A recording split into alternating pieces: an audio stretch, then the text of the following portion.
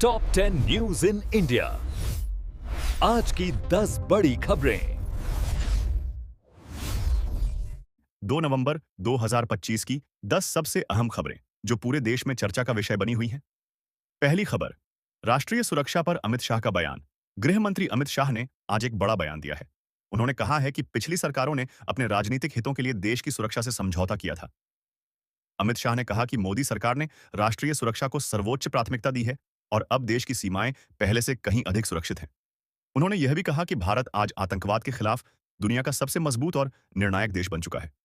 दूसरी खबर, छत्तीसगढ़ को मिला प्रधानमंत्री का तोहफा।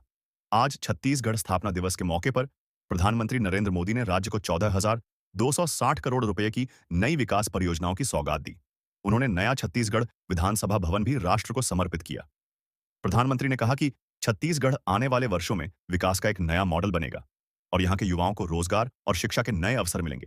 तीसरी खबर, हर साल निकलेगी राष्ट्रीय एकता परेड। देश के पहले गृह मंत्री और लौह पुरुष सरदार वल्लभ भाई पटेल की जयंती पर अमित शाह ने घोषणा की है कि अब हर साल देश भर में राष्ट्रीय एकता परेड का आयोजन किया जाएगा। इस परेड का उद्देश्य होगा देश में एकता, अखंडता और देशभक्ति के संदेश को फैलाना। यह परेड हर साल 31 अक्टूबर को आयोजित की जाएगी। चौथी खबर, दिल्ली का पहला आधिकारिक लोगो जारी। दिल्ली सरकार ने आज राजधानी का पहला आधिकारिक लोगो जारी किया है। इस लोगो में पुरानी दिल्ली की ऐतिहासिक पहचान और आधुनिक दिल्ली की नई सोच दोनों का सुंदर संगम दिखाया गया है। सरकार का कहना है कि यह लोगो अब हर सरकारी दस्तावेज, वेबसाइट और दफ्तर में इस्तेमाल किया जाएगा, जिससे दिल्ली को एक नई पहचान मिलेगी। पांचवीं खबर, डीएनए रिसर्च में भारत को गर्व का पल। आंध्र प्रदेश की फॉरेंसिक साइंस लैब के डिप्टी डायरेक्टर फणी भूषण को राष्ट्रीय फॉरेंसिक साइंस पुरस्कार से सम्मानित किया गया है। उन्हें यह सम्मान डीएनए विश्लेषण के क्षेत्र में उत्कृष्ट योगदान के लिए दिया गया है।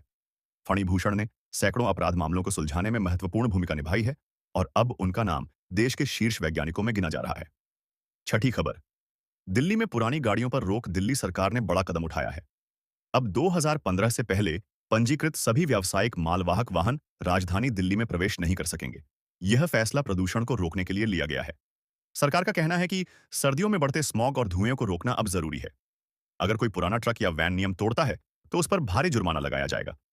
सातवीं खबर, पीली मटर पर 30% आयात शुल्क। केंद्र सरकार ने देश के किसानों को राहत देते हुए 1 नवंबर से पीली मटर पर 30% आयात शुल्क लगा दिया है।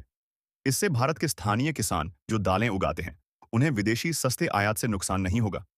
सरकार का कहना है कि यह फैसला आत्मनिर्भर कृषि की दिशा में एक अहम कदम है। आठवीं खबर, जयपुर में अंतर्राष्ट्रीय जूनियर पोलो मैच। जयपुर में आज भारत और ब्रिटेन के बीच अंतर्राष्ट्रीय जूनियर पोलो मैच खेला गया। इसमें भारत की टीम जयपुर और टीम ग्रेट ब्रिटेन आमने सामने रही। यह मैच 16 वर्ष से कम आयु के खिलाड़ियों के लिए आयोजित किया गया था। इस आयोजन का उद्देश्य था भारत के युवाओं को अंतर्राष्ट्रीय खेल मंच पर पहचान दिलाना। नौवीं खबर, भारत के लिए गर्व का पल आने वाला है। साल 2030 के कॉमनवेल्थ गेम्स की मेजबानी भारत को मिलने जा रही है।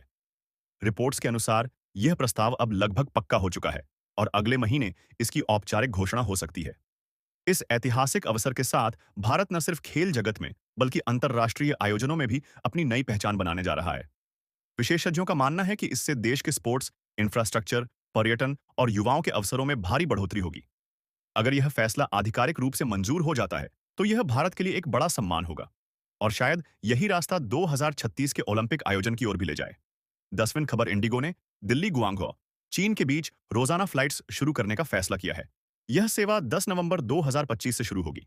यह कदम भारत चीन के बीच कूटनीतिक संबंधों व हवाई संपर्क को बढ़ावा देने की दिशा में देखा जा रहा है। The economic times. ऐसी ही असरदार और भरोसेमंद खबरें पाने के लिए जुड़े रहिए एपिक वाइब्स राज के साथ। मिलते हैं अगली अपडेट में। धन्यवाद। ऐसी ही gaming, comedy, motivational, emotional daily videos के लिए सब्सक्राइब करें एपिक वाइब्स। और हाँ, वीडियो को लाइक करना ना भूलें